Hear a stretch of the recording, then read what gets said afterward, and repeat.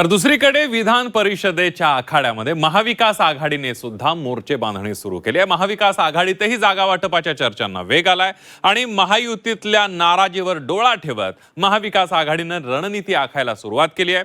विधान परिषद निवडणुकीआधी महाविकास आघाडीमध्ये नेमकं काय घडतंय बघूया। विधान परिषद निवडणुकीसाठी महाविकास आघाडीतही आता हालचालींना वेग आलाय। महाविकास आघाडी विधान परिषदेच्या सर्व 17 जागा लढवणार आहे। मुंबईत आज मवियाच्या प्रमुख नेत्यांची महत्त्वाची बैठक पार पडली। या बैठकीत 17 जागांच्या वाटपावर चर्चा झाली। सूत्रांच्या माहितीनुसार काँग्रेस 7 ते 8 जागांवर निवडणूक लढवू शकते। शिवसेना उद्धव बाळासाहेब ठाकरे पक्ष 5 ते 6 जागा लढण्याची शक्यता आहे, तर राष्ट्रवादी काँग्रेस शरदचंद्र पवार पक्ष 3 ते 4 जागांवर उमेदवार देऊ शकतो। मवियात कोणत्या पक्षाला नेमक्या कोणत्या जागा मिळणार, कोण उमेदवार असणार याचा अंतिम निर्णय मात्र अद्याप झालेला नाही। मविया नेत्यांची पुन्हा 29 तारखेला बैठक होणार आहे। या बैठकीमध्ये अंतिम चित्र स्पष्ट होण्याची शक्यता आहे।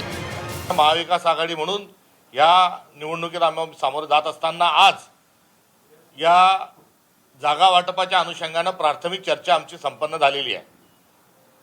तुल्यबळ उमेदवार महाविकास आघाडीजवळ आहे आणि या प्राथमिक चर्चेच्या अनुषंगाने 2 दिवसात आम्ही पुन्हा बसून अंतिम जागा वाटप ही आमची संपन्न होईल।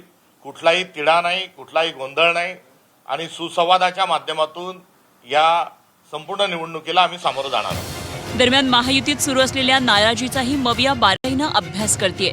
महायुतीतील नाराजीचा फायदा निवडणुकीत करून घेण्याची रणनीती आखली जात असल्याची चर्चा आहे। लोकसभा आणि विधानसभा निवडणुकांनंतर आता विधान परिषद निवडणुकीतही राजकीय समीकरणं तापू लागली आहेत।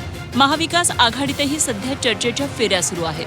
फॉर्म्युलाची गणितही मांडली जात आहेत। विधान परिषदेच्या रणांगणासाठी प्रत्येक पक्ष आपले मोहरे सज्ज करतोय। आता 29 तारखेच्या बैठकीत महाविकास आघाडीचं जागा वाटपाचं अंतिम चित्र स्पष्ट होणार का हे पाहणं औत्सुक्याचं ठरणार आहे। कृष्णात पाटील, झी 24 तास, मुंबई।